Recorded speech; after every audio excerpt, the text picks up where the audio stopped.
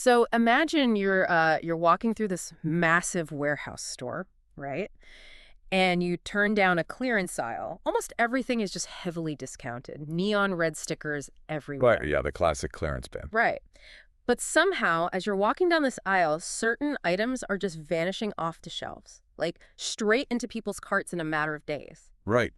It makes no sense. Exactly. It's a mathematical impossibility. You have this slow, heavily discounted market, but simultaneously, homes are just flying off the shelf. And Yeah. that is exactly what is happening in the Austin housing market right now. It really is. It's just a completely fractured landscape. Hmm. The frenzy of those post-pandemic years, that's just evaporated. Yeah, totally gone. What's left is this highly complex environment that it just requires a completely different kind of navigation. Like if you were operating on the playbook from 2022 or even, 2024, you're basically flying blind. Yeah, which brings us to our mission for this deep dive. We Yeah. are taking a magnifying glass to the Austin housing scene as of today, June 7th, 2026. Yeah. And we've got a stack of incredibly fresh insights from Joe Geisler, who is a licensed Austin realtor, alongside this really massive, detailed cache of data from the Team Price Daily Briefing. It's some fascinating data, honestly. It is, but we aren't just gonna, read off metro-wide averages and call it a day. Our specific goal is to cut through all that broad citywide noise and focus almost exclusively on South Austin. Right. We're going to uncover the mechanics of why South Austin is currently the most fascinating and potentially lucrative pocket for you to watch. Because the macro data, it sets the stage, right?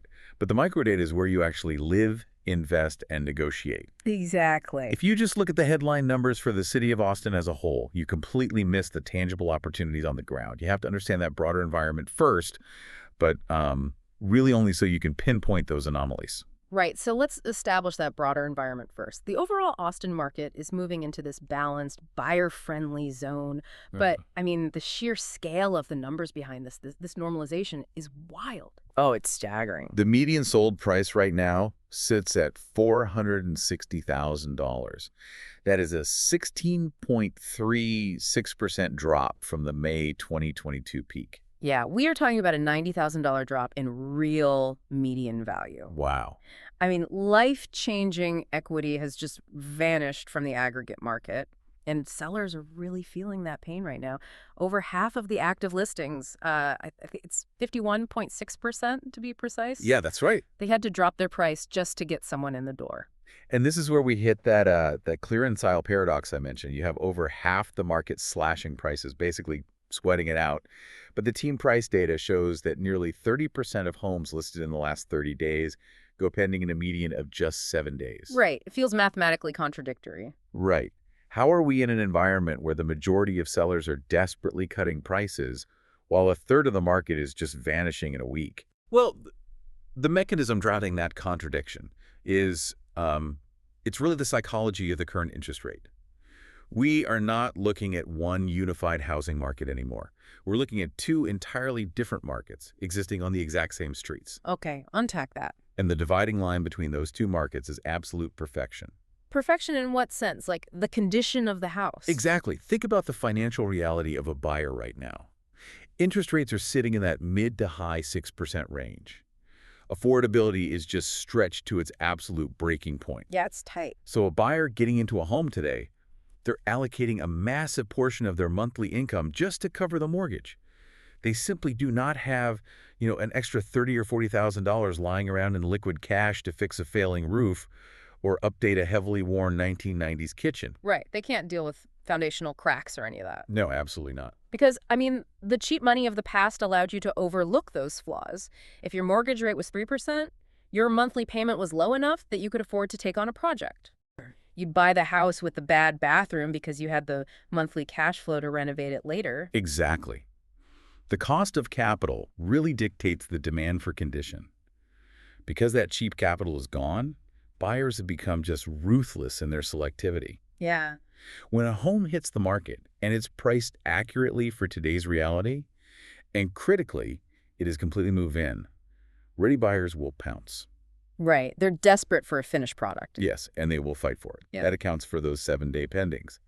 But if a seller is, clinging to yesterday's prices, or if the home has visible deferred maintenance, buyers simply walk away. They won't even submit a lowball offer. No, they just scroll past. Aha. Those are the homes that sit for 60 or 70 days, racking up those continuous price reductions. So if the cost of capital is forcing buyers to be that ruthless about condition and price, they have to hunt for specific inventory that aligns with their squeezed budgets. Exactly. And that specific hunt is pushing a massive wave of buyers straight down into South Austin. It really is the value play of the current cycle. Because buyers are so heavily constrained by rates, they're migrating exactly to where the inherent value is. Right. Joe Geisler's analysis specifically highlights South Austin. We're talking about zip codes like 78745, 78748, and 78747. Okay. He highlights those as one of the most advantageous submarkets in the entire metro for a buyer right now. Wow. The median sale price down there sits between $425,000 and $494,000, which is an accessible entry point for a vast portion of the buyer pool. Yeah, especially compared to the much pricier northern or western suburbs. Exactly. And Geisler points out some very specific opportunities within those zip codes. He mentions areas like Park Ridge in 78748, which are filled with a lot of 1990s era homes. Yeah, the Milburn builds. Right. He specifically calls out these Milburn-built homes. But he notes there's actually an oversupply from past building in some of these South Austin pockets, and prices on these older 90s homes are softening. Right, well, those 1990 subdivisions are at a really fascinating juncture. A house built in 1995 is now roughly 30 years old. Right. That is the exact lifespan of major mechanical systems. Oh, yeah. The roof is going. Yeah. The original roofs are failing, the HVAC systems are on their last legs, and the cosmetic trends, the golden oak cabinets, the linoleum. Very heavily dated. Extremely. Yeah. So if an investor or a homeowner has gone in and fully updated those systems, the home commands serious attention. But if the home is in its original 1990s state, it becomes part of that oversupply sitting untouched on the market. Okay, wait, I'm stuck on this point, though. Geisler's essentially saying there's an oversupply of these aging 90s homes, and prices are dropping as they sit on the market. Right. Every instinct I have says, don't catch a falling knife.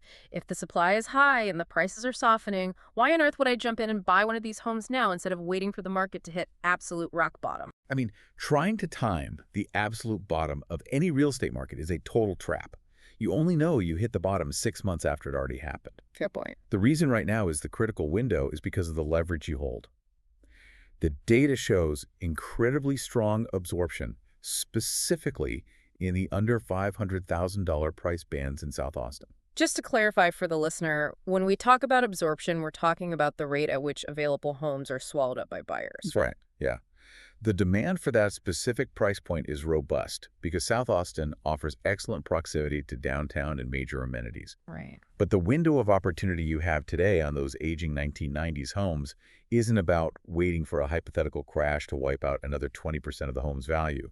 It's about the tangible leverage you can exert right now to force massive concessions from a desperate seller. Okay, so let's break down the mechanics of forcing those concessions. What does that actually look like for you as a buyer? Okay, imagine you find one of those original Milburn homes.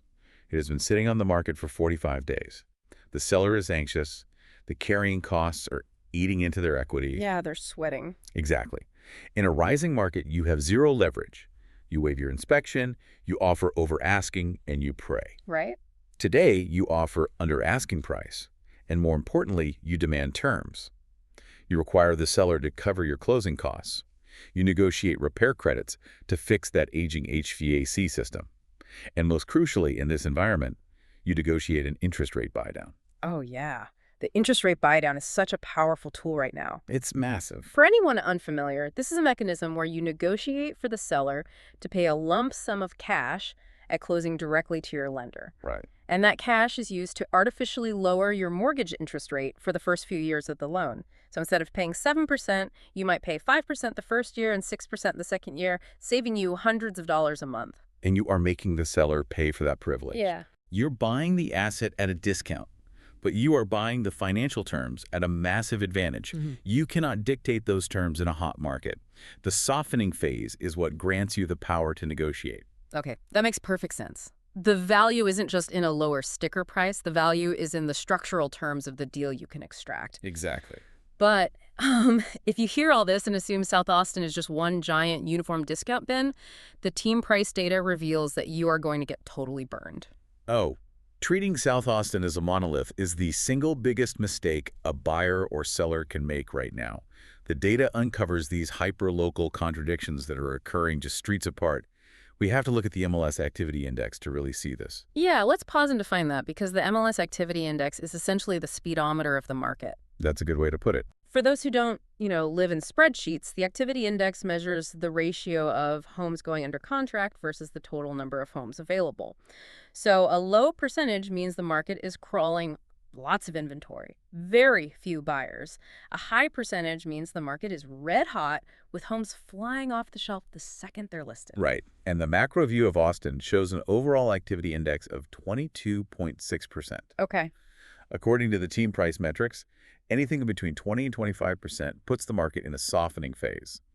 It's a comfortable buyer's market with slower sales and rising inventory. But then you drill down into the specific zip codes. You look at 78749 in Southwest Austin.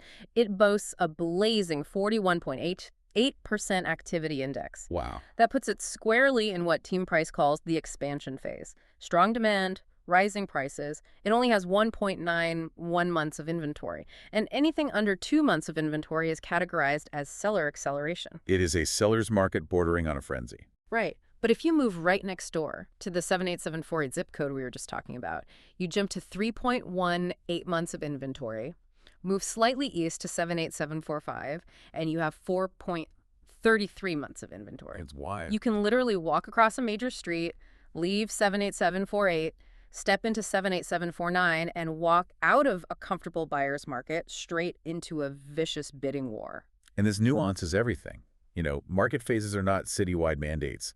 They're not even zip code-wide mandates. They are block-by-block realities. The mechanics of real estate demand are just so granular. But why such a drastic difference between zip codes that are physically touching each other? I mean, what drives a 41% activity index in one neighborhood and a 22% index a mile away? Well, it really comes down to micro-level infrastructure and aesthetics. Southwest Austin, like 78749, connects directly to major traffic arteries like Mopac and Highway 290. That shaves 20 minutes off a daily commute compared to driving deep into the southern pockets of 78748.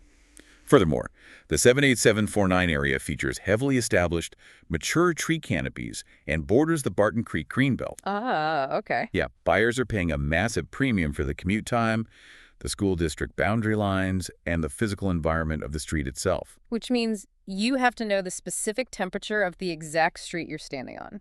If you go into 78749 to buy a house and your agent tells you, hey, the news says Austin is in a softening market, let's offer 20 grand under asking, your offer goes straight into the trash. Exactly. You will underbid in a hot zip code and lose the house entirely. Conversely, if you get caught up in the emotional urgency of house hunting and you offer full list price on a home in 78745 that has been sitting for 40 days, you're overbidding in a cool zip code. Yeah, you're just giving money away. You're leaving tens of thousands of dollars and potential seller concessions right on the table. Understanding these specific zip code metrics is your armor. It protects your capital from your own emotions. Knowing these microdynamics gives you an incredible edge.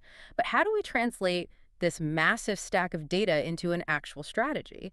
Joe Geisler provides a very clear, actionable playbook for navigating this specific June 2026 environment, depending on what side of the transaction you're on. Yeah, let's start with the sellers. The days of aspirational pricing are completely dead. If you're listing a home right now, Geisler stresses that you must price realistically using strict 30 to 60-day comparable sales. You cannot look at a house down the street that sold 6 months ago and use that to price your home today. No, the market is moving way too dynamically. The interest rate environment 6 months ago was different. Because of that extreme buyer selectivity we discussed earlier, the first 7 to 21 days your house is on the market are critical. If you miss the mark on pricing right out of the gate, your listing becomes stale instantly. Buyers assume something is fundamentally wrong with the property. Additionally, staging is no longer an optional luxury. It's a mandatory requirement to signal to those cautious, cash-strapped buyers that the home is a premium, move-in-ready product. And for the buyers, Geisler says your playbook is entirely about leveraging the calendar. Use the rising inventory to your advantage. Demand thorough, invasive inspections. Yes. Negotiate heavily for those concessions and interest rate buydowns, especially on homes in those softening zip codes like 78748 that have crossed that 30-day threshold. Time on the market is basically your greatest negotiating tool. Absolutely. And, there is also a fascinating pivot happening for the investors right now. Oh, right. The era of speculative appreciation is on pause. For a long time, investing in Austin meant buying a single-family home, doing a light cosmetic flip, and selling it 6 months later for a massive profit, purely because the market was rising so fast. The rising tide lifted all ships, even the leaky ones. Exactly. Today, investors should be looking at South Austin multifamily properties and duplex rentals. With purchase prices softening on these older properties, but rental demand remaining incredibly solid because so many people are waiting out the high interest rates, the math is changing. Okay. How so? The cap rates, which is essentially the annual rate of return on your investment from the rental income, are actually improving. It requires a complete philosophical shift in how you view an Austin investment. It's the difference between planting an oak tree and planting bamboo. I like that. The days of flipping for a quick, wild profit, the bamboo shooting up overnight, are gone. Now, success in South Austin is about planting the oak tree. You secure a multifamily property that generates positive monthly cash flow, and you let the compounding interest and gradual equity build up, do the heavy lifting over a longer horizon. Yeah, and the timeline of that heavy lifting is the million-dollar question. Oh, for sure. When does the broader market actually recover to the dizzying heights we saw in 2022? The team price data ran a projection based on the historical reality of the Austin market, stripped of all the pandemic-era hysteria. Their projection is pretty sobering at first glance, but if you look at the underlying mechanics, it's actually incredibly reassuring. They calculated that the historical 25-year annual compound appreciation rate for Austin real estate is 4.873%. Right. That is the steady, boring baseline of how the city grows. If you apply that historical rate to today's median sold price of $460,000, it will take 47 months for the market to return to its peak value of roughly $550,000. 47 months puts us in April of 2030. It's really crucial to understand the math behind why it takes nearly 4 years to recover a drop that happened relatively quickly. Yeah, break that down for us. So the market dropped 16.4%. But to get back to the starting point, a 16.4% gain is not mathematically sufficient. This trips people up all the time. If you have $100 and you lose 50%, you're down to $50. But to get back to your original $100, you don't need a 50% gain. A 50% gain on your $50 only gets you to $75. You need a 100% gain just to break even. Exactly. The climb back up the mountain is mathematically much steeper than the fall. Right. So applying that to Austin, because the baseline median price is now significantly lower, the market actually requires a 19.6% appreciation just to recover the 16.4% loss. A 47-month timeline might sound agonizing to someone who bought at the absolute peak in 2022 and is hoping to sell soon. But for the structural integrity of the city, a 4-year recovery is arguably the best possible scenario. Oh, absolutely. It is a tremendous sign of a healthy, functioning market returning to equilibrium. If we saw a rapid V-shaped recovery where prices spiked back up to 2022 levels in just 12 months, it would indicate another unstable, speculative bubble. A slow, methodical 47-month climb at a historical 5% rate means the market is shedding the rampant speculation. It is returning to fundamental economic principles based on local job growth, actual local incomes, and sustainable migration. It's shaking out the tourists and leaving the residents. To bring this all together, the overarching takeaway from Geisler's insights and the team price data is that the Austin gold rush is definitively over. It is. The frenzied era of sight-unseen cash offers is dead. But that absolutely does not mean the opportunity is gone. It just means the rules of the game require actual strategy now. It's a normalized, highly selective market. For you, South Austin represents a massive opportunity to find legitimate, tangible value under the $500,000 mark. Right. But you can only unlock that value if you focus ruthlessly on the specific micro-market data, if you negotiate aggressively on older inventory using the leverage of time, and if you're willing to play a long, patient game. Yeah, patience and precision are the new assets. Panic and speculation are the liabilities. Which brings us back to the tracks leveling out. We aren't hurtling toward a cliff, and we aren't launching blindly into the stratosphere anymore. We're just driving a well-built machine on a solid road. Well said. And that leaves us with a final thought for you to mull over as you analyze this new landscape. If it mathematically takes until 2030 for Austin to slowly, methodically reclaim its former price peaks, Does this long, quote unquote, boring recovery period actually make it a much healthier city? Hmm. Could this exact market cool down this end of the chaotic frenzy be the very thing that ultimately saves Austin's unique culture by fundamentally changing the type of person who chooses to invest, build a business, and live there over the next decade? Something to think about.